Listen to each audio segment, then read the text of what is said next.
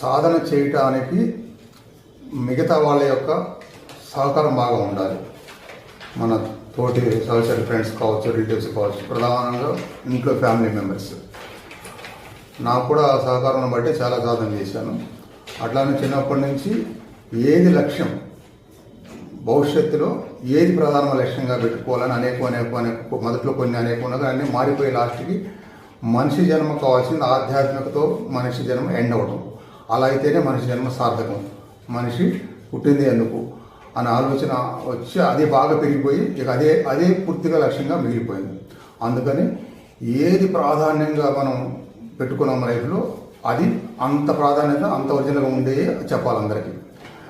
అది తప్ప వేరే ఉండకూడదు. ఏదైనా చెప్పినా, ఉపన్యాసం చెప్పినా, సాధన చేయించినా అట్లా సాగుతూ వస్తుంది. ఇప్పుడు అయితే మిమ్మల్ని చూసినా కూడా మీకు కూడా అదే ఉంది అనిపించింది.